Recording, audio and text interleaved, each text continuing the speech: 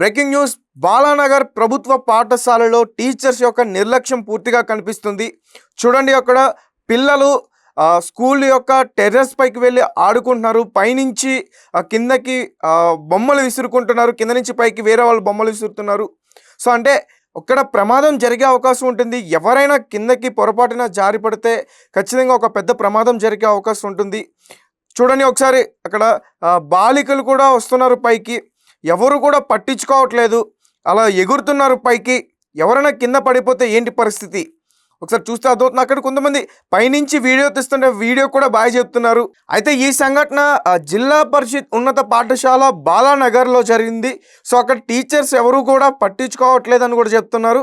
So చూద్దాం అసలు ఏం జరుగుతుంది. Hello guys, welcome to our channel. నేను మీ యాంకర్ తేజ. అయితే ఇప్పటివరకు చూశారు కదా విజువల్స్. ప్రభుత్వ పాఠశాలలో టీచర్స్ యొక్క నిర్లక్ష్యం పూర్తిగా కనిపిస్తుంది. స్కూల్ టెర్రస్ పైకి వెక్కి వాళ్ళు ఆడుకుంటున్నారు. ప్రమాదం జరిగి కింద పడితే చాలా పెద్ద నష్టం జరుగుతుంది, ప్రాణ నష్టం జరిగే అవకాశం ఉంది.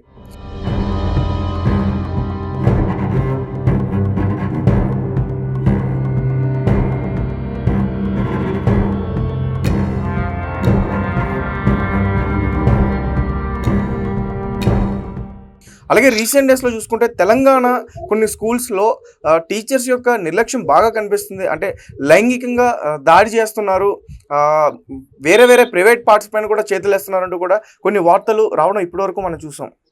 సో దీనికి సంబంధించి ప్రస్తుతం మనతో పాటు మాట్లాడడానికి మా రెడ్ టీవీ ప్రతినిధి చరణ్ గారు లైన్లో ఉన్నారు. ఆయనతో మాట్లాడదాం. చరణ్ గారు నమస్తే.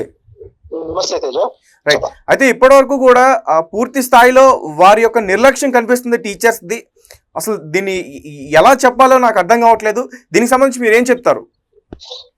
అంటే యాక్చువల్ గా ఈ మధ్య కాలంలో ఈ స్కూల్స్ లో కొన్ని రకాల యాక్సిడెంట్స్ ఎక్కువైపోయాయి. పిల్లలు కొంతమంది చనిపోవడం ఇలాంటివి కూడా జరుగుతూ వచ్చాయి.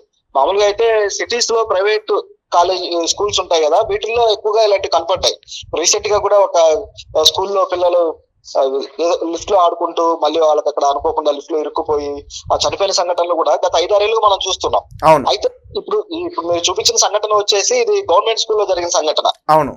గవర్నమెంట్ స్కూల్లో ఏంటంటే టెర్రస్ మీదకి వెళ్ళడానికి అవకాశం ఉంటుంది, పిల్లలకి అక్కడ రిస్ట్రిక్షన్ పెద్దగా ఉండదు. అవును. దానివల్ల వాళ్ళు పైకి వెళ్ళి ఆడుకోవడం ఇదంతా చేస్తున్నారు. కాకపోతే ఈ పిల్లలు కూడా చిన్నపిల్లలు కాబట్టి వాళ్ళు చాలా జాగ్రత్తగా ఉండే ఆ సెక్యూర్డ్ అట్మాస్ఫియర్ అనేది ఆ చుట్టుపక్కల ఉన్నట్టు కనిపించట్లేదు. అవును. దీనికి బాధ్యత ఎవరిదయ్యా అంటే పూర్తిగా స్కూల్ యాజమాన్యాలదే బాధ్యత. నిజానికి ఏదైనా చిన్న జరగరాని ఏదైనా జరిగితే చాలా కష్టం అన్నమాట. పిల్లలు ప్రాణాలు కోల్పోయే ప్రమాదం కూడా ఉంటుంది. ప్రైవేట్ స్కూల్స్ అనేక చోట్ల ఇలాంటివి చూసాం. గవర్నమెంట్ స్కూల్స్ లో కూడా ఇప్పుడు ఈ విధమైన సెక్యూరిటీ లేని కాస్త ప్రమాదకరమైన పరిస్థితులు మనకు కనిపిస్తున్నాయంటే దాన్ని కేవలంగా ఉపాధ్యాయులు వీళ్ళనే తప్పుపట్టాల్సిన పరిస్థితి. అవును. సో ఇలాంటి సంఘటన హైదరాబాద్లో కూడా ఎక్కువగా జరుగుతున్నాయి. అంటే ముఖ్యంగా లిటిల్ పవర్ హై స్కూల్లో కూడా ఇలాంటిది ఒక జరిగింది.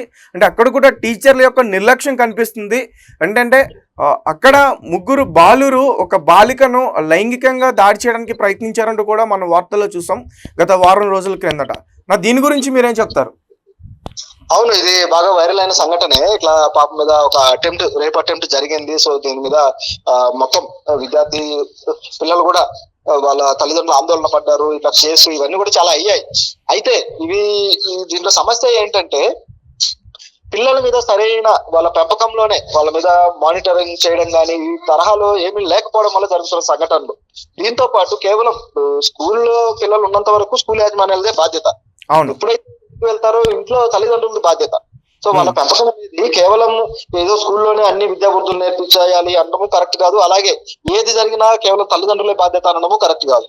సో రెండు వైపు నుంచి బాధ్యత అనేది తీసుకోవాలి. కానీ ఇక్కడ సమస్య ఏంటంటే పిల్లలకి వాళ్ళు వేరే అదర్ అవిగేషన్స్ కి బాగా ఎక్కువ అట్రాక్ట్ అయిపోయి సో వీళ్ళు తెలియకుండా క్రైమ్ కి ఎక్కువగా ఎక్స్పోజ్ అయిపోయి సో అవన్నీ కూడా చాలా ఆట విడుపుగా పిల్లలకి మైండ్ సెట్ ఎలా ఉంటుందంటే ఏది అట్రాక్టివ్ కనబడితే దాన్ని నేర్చేసుకుంటారు అనమాట. ఆ విధంగా ఒక ఆట విడుపు మెంటాలిటీ తయారయ్యి దాన్ని నేర్చుకుంటూ ఏదో ఒక యాక్టివిటీని ఇట్లా తయారవుతున్నారు. దీంతో పాటు వాళ్ళకు మెంటల్ గా కూడా కొన్ని ఇష్యూస్ ఫేస్ చేస్తున్నారు. ఈ ఫోన్లు ఎక్కువ వాడడం వల్ల ఆ మెంటల్ గా ఏంటంటే వాళ్ళు కంట్రోలింగ్ పవర్ లేకపోవడము, త్వరగా షార్ట్ టెంపర్డ్ అయిపోవడము. సో దేన్ని కూడా వాళ్ళు వాళ్ళ మనసును నియంత్రణలో పెట్టుకోలేని పరిస్థితికి వెళ్తున్నారనమాట. ఇది మొత్తం ఇప్పుడున్న జెన్జెట్ జనరేషన్ లో దాదాపుగా ఇది బాగా విస్తరించింది. సో ఇలాంటి పిల్లల బ్రాటప్ అనేది చాలా కష్టంగా తయారైపోయింది. దీంట్లో ఎక్కువగా తప్పైతే తల్లిదండ్రులనే పట్టాలి. ఎందుకంటే వాళ్ళకి నైతిక విలువలు కానీ బుద్ధులు కానీ నేర్పించాల్సిన బాధ్యత తల్లిదండ్రులకు ఉంటుంది, అలాగే స్కూల్ యాజమాన్యాలకు కూడా ఉంటుంది. ఖచ్చితంగా అందరూ వినరు. ఉమ్, ఏంటంటే మేము ఫీజు కడుతున్నాము, మాకు మార్కులు వచ్చినా రాకున్నా అది మా సమస్య కదా, లేకపోతే మేము ఫీజులు కడుతున్నాము, మీరు మమ్మల్ని ఎవరు క్వశ్చన్ చేయడానికి, మేము లక్షలు కడుతున్నాం కదా, మా వల్లే మీ స్కూల్ బతుకుతున్నాయనే కాన్షియస్నెస్ పిల్లలకు వచ్చేసింది. ఓకే అంత ఈ తరహా మెంటాలిటీ వస్తుందంటే వీళ్ళు ఏ స్థాయికి వీళ్ళ ఆలోచన తీరు దిగజారిందో మనం ఆలోచించాలి. అది తల్లిదండ్రులు నేర్పిస్తున్నారు.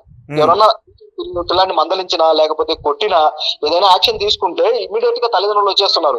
వచ్చేసి మీరు ఎట్లా మా పిల్లని దండిస్తారు, ఎట్లా మా వాడికి మంచి చెప్తారు అంటే మంచి కూడా చెప్పొద్దు, ఏదైనా తప్పు చేస్తే మందలించొద్దు, ఏం చేయొద్దా. సో ఇట్లా అంటే చట్టాలు పిల్లల్ని కొట్టద్దని చెబుతూనే ఉన్నాయి అనుకోండి. కాకపోతే పిల్లల్ని ఏదో హింసించాలని కాదు ఇక్కడ విషయం.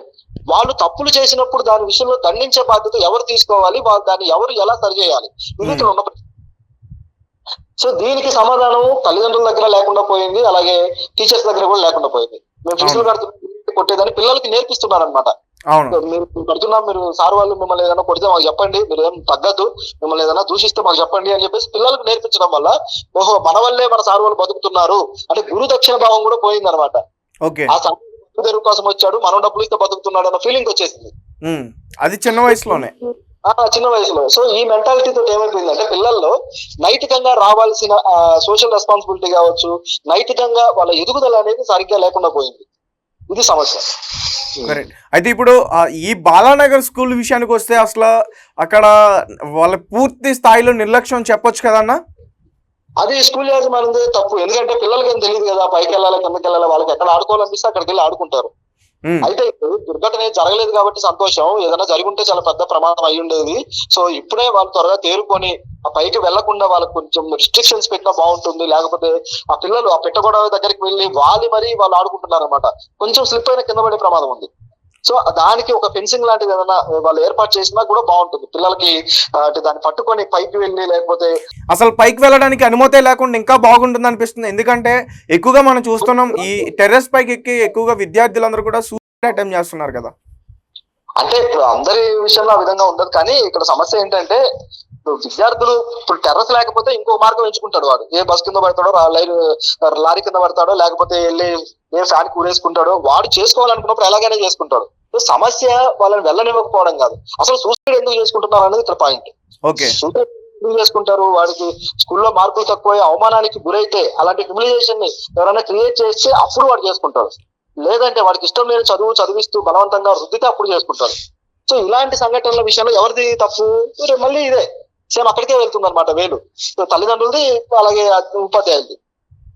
కాబట్టి వాళ్ళని సూసైడ్ అటెంప్ట్స్ జరగకుండా ఉండాలంటే వాళ్ళు ఏ చదువుకుంటున్నారు, అలాగే వాళ్ళ చదువుకు వాళ్ళకి ఇవ్వాల్సిన ఫ్రీడమ్ ఏంటి, వాళ్ళకి ఒత్తిడి లేకుండా ఏ విధంగా చదువు చెప్పాలి, ఇవన్నీ ఆలోచించాలి. ఇప్పుడు వాళ్ళ పిల్లలు కూడా ఎందుకు టెర్రస్ మీదకి వెళ్ళి ఉంటారు? బహుశా గ్రౌండ్ ఫెసిలిటీ అంత మంచిగా ఉండుండకపోవచ్చు. ఎందుకంటే చుట్టూరా. అలాగే పీఈటీ మాస్టర్ కూడా పిల్లలు ఎప్పుడైతే వాళ్ళకి లీజర్ పీరియడ్ ఉంటుందో ఆ పీరియడ్ లో పిల్లలందరినీ గ్యాదర్ చేసి వాళ్ళకి ఏదో ఒక స్పోర్ట్ అనేది నేర్పించడమా, లేకపోతే ఏదో ఒక సరదాగా చిన్నపాటి యోగాల్లో ఏదో ఒకటి నేర్పిస్తూ ఉంటే ఇలాంటివి జరగవు. సో ఆ బాధ్యత పీఈటీ కావచ్చు వీళ్ళు తీసుకోవాలి. ఓకే అన్న. సో ఇట్లా ఉంటుంది అనమాట. సో ఆ చావుల గురించి మనం వేరే విధంగా ఆలోచించాలి, కానీ అదేదో టెర్రస్ మీదకి అవకాశం ఉంది కదా వెళ్ళారు అన్నట్టుగా కాదు. Okay, right. Thank you so much. Thank you.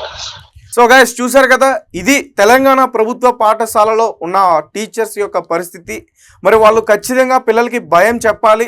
భయం చెప్దామని వాళ్ళు ఏదైనా ముందుకు వస్తుంటే ఆ పేరెంట్స్ మళ్ళీ వాళ్ళ మీదకి వచ్చి దాడి చేస్తున్నారు.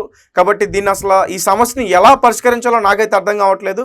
కానీ ఏదేమైనప్పటికీ ఇలా స్కూల్ టెర్రస్ పైకి ఆ పిల్లలు పైకి వెళ్ళడం అనేది తప్పు. అక్కడ ఏదైనా ఖచ్చితంగా ప్రమాదం జరిగే అవకాశం ఖచ్చితంగా ఉంటుంది. ఒకవేళ ప్రమాదం జరిగితే పేరెంట్స్ ఖచ్చితంగా స్కూల్ టీచర్స్ పైన ఖచ్చితంగా దాడి చేసే అవకాశం ఉంటుంది. సో మరి దీనిపైన ప్రభుత్వం స్పందిస్తుందని నేను అనుకుంటున్నా.